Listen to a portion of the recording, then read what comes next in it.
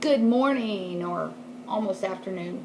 It's Friday the 13th, right? Yes, July the 13th, Friday the 13th. Happy Friday the 13th. As you can see, I'm going to check my ketones here. I've already weighed in. It's been a while since I posted a video, and I'm sorry, but, you know, I fell off the wagon, and every day you start fresh and start over, and sometimes I don't prepare well, so I'm going to try to prepare better today. But I want to show you what I drink.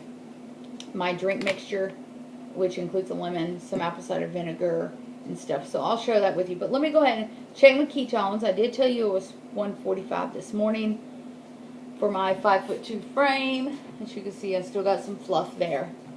Let me go ahead, get a strip out. I need to order some more. I'm running kind of low, but you know, spacing it out. So it's checking it for the thing. As you can see, 914, that's the right one. I do not like pricking my finger, so I'm doing the best I can. It's just not my favorite. Ow, that hurts. I don't like that. I mean, if you like pricking yourself, let me get some, you know, that red stuff up, so you guys can see. Okay, so what's my reading? I have not eaten since yesterday at 6 o'clock, and it's like, what, 11 o'clock now? Something like that. 0.1.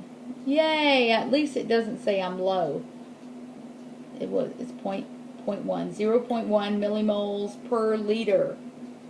So that's that. I'm going to throw that away now. Properly dispose of your bloody items. Okay, but yeah, let me see what time it is here. It is after 11. I've been fasting since 6 o'clock yesterday afternoon, or evening. So 6, 7, 8, 9, 10, 11, right? 7, 8, 9, 10, 11. So that would be 12, 13, 14, 15, 16, 17, 17 hours I've been fasting. So, but let me show you what I do. I have some water in here, but I will fill it up the rest of the way. I've got this stuff that I was given. It's called Super Spinach. Basically, it's just potassium with a little bit of calcium in it. It's got 130 milligrams of potassium per scoop, 15 milligrams of calcium, and 1 gram of red spinach. Carbohydrates is less than 1 gram per scoop, and I don't even use a whole scoop. Let me show you how much I use. I'm about out, so I put, gosh, not even because it's strong. This is supposed to be lemon iced tea flavor. I don't think so. So I've got, let's see, I'm trying to show you how much I got in there. I don't even have a full scoop. See that? I don't even have a full scoop. Got that right? Okay.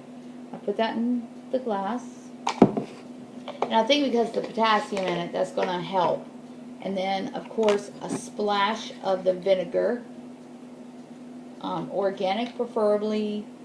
Unfiltered with the mother at the bottom of it. Just a splash. Not much. A lot of people complain they don't like it.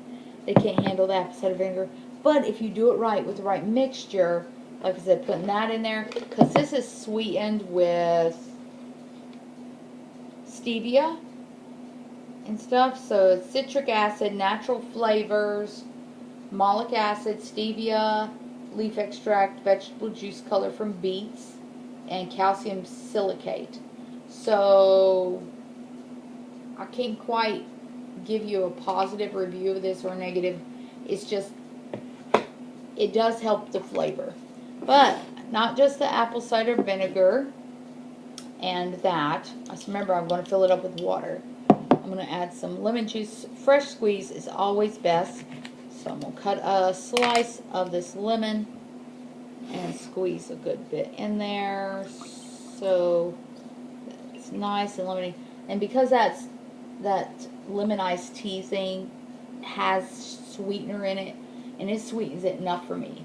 when you get used to unsweetened or less sugar, then everything is like way too sweet. Okay, so let me go over here and get me some filtered water. And I will, let me see. I hate leaving you even for a moment because I feel like I'm not giving you anything in that process of everything. So I am going to turn the camera around to where I am at. And I know the sun is bright. See, I am okay with water. I'm okay with drinking water plain. I'm okay with having, you know, but this is really diluted. It's not full strength at all of anything. So it makes the apple cider vinegar more bearable. Now, it looks like I got something in my glass. Let me see here. I'm not cool with things in my drinks. I'm not cool with it. But it's got some, like I said, the lemon and all that. That's my first thing. What I'm trying to make it be very much in a habit of doing before I drink my bulletproof coffee, before I have anything. I don't think this would break your fast if you're fasting, because it is, hang on, I don't think it breaks your fast if you're,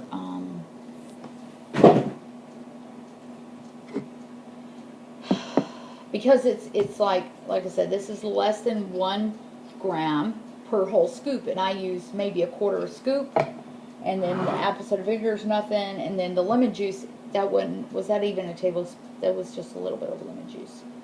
So that's that.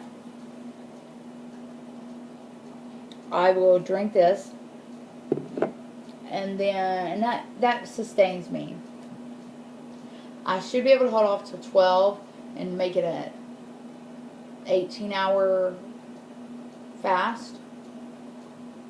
And honestly, you know, I did say my weight was at 145, and if you've been watching my previous videos, I wasn't that high.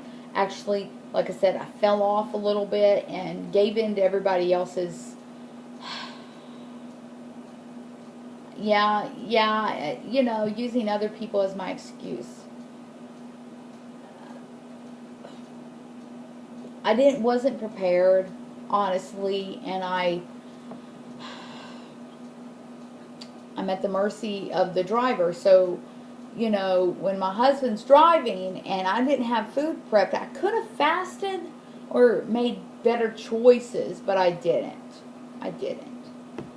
And my weight did go up to, yesterday was 147.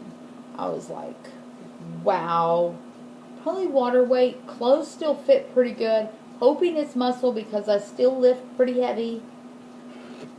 So I'm using, if you're wondering, I'm using the iPad instead of my phone for videoing. So I'm not sure if the quality is going to be to your liking. But I just wanted to update you and show you what I drink every morning. And you can make apple cider vinegar bearable. You can. If you know what you're doing, you can add, if you don't have something like this, you can add your lemon juice, add more of this than you would of this. Make it less, just a splash. And throw in some stevia. If you're getting a little tiny bit, it's better than none at all. So give it a try again. Experiment. I mean, sometimes throw in some pink salt in there or something. But, you know, there's a way to make it good, okay? But yeah, I was been using my phone for videoing, but I don't know, my phone is crazy. YouTubers I've been watching lately, other than, let's see, there's Keto Savage. I've been watching here lately. I watched a couple of Logan Sneed. He had brain cancer, and keto has been helping him with that. I still watch some Dr. Eric Berg and Ken Berry every now and then. Keto with Cassie. She doesn't post too often either, but that's okay. She posts long ones. and Keto Stephanie person, everybody's got their own take on it. Each person I mention here, and in Keto Connect, I like them too. They're great recipe ideas and experiments they do on themselves pertaining to what affects their ketone reading and blood sugar. Everybody has their own take on what being a ketogenic means, and some say don't worry about taking your ketone reading, just stay under 20 grams of carbs. Some say net carbs, some say total carbs. You know, in my opinion, whatever gets you in ketosis and keeps you there, that's the way to go. And if you're feeling good, you have the energy, mental clarity, doesn't matter, and you're still feeling good and you're functioning well, then you're probably on the right track. I see so many people argue back and forth between what is proper ketosis. Yes, there's healthy ways, like Logan Sneed and Dr. Berg have worked together because of his brain cancer, that you want to, if you can afford it, go all organic, go all grass-fed meat, and you can do ketogenic, totally vegan, or vegetarian. It's just you're eating avocados, the coconut oils, you're eating a lot of nuts, things like that to get your fats in and stuff like that. So everybody, ketogenic is not about what you're eating so much. It's just the right balance, a certain balance of carbs and fats, and then your protein in the middle. And that's basically it. You know, do your own research. Find what works for you. That's the whole thing. Find whatever works for you and will be able to work for you for the rest of your life, that you can maintain for life, and with not many cheat days or treat days. I mean, if you eat right 80 to 90% of the time, then, you're pretty good. That means out of a month, you only have maybe one day that you kind of fall off or whatever. But make sure it's planned if you can. I know. I don't always do it myself. I'm trying to get a grip on this, but when you have family members that they want to go out for stuff that's high in sodium and all this stuff and high in carbs, or ice cream, oh my goodness, what do you do about that when you have maybe a spouse that just feels like, let's go for ice cream or something and everything, and you're like, I've already ate everything I had to eat for the day, and taking you somewhere where there's only carbs and fats, or a lot of the carbs, sugar, ice cream, and donuts, and stuff like that.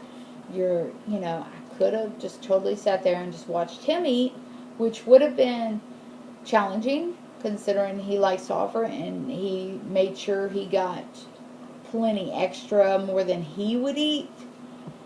That's a bit of a challenge. So, more preparation needed on my part. That's all there is to it. Bring a boiled egg. Stuff like that. And all that. So, today,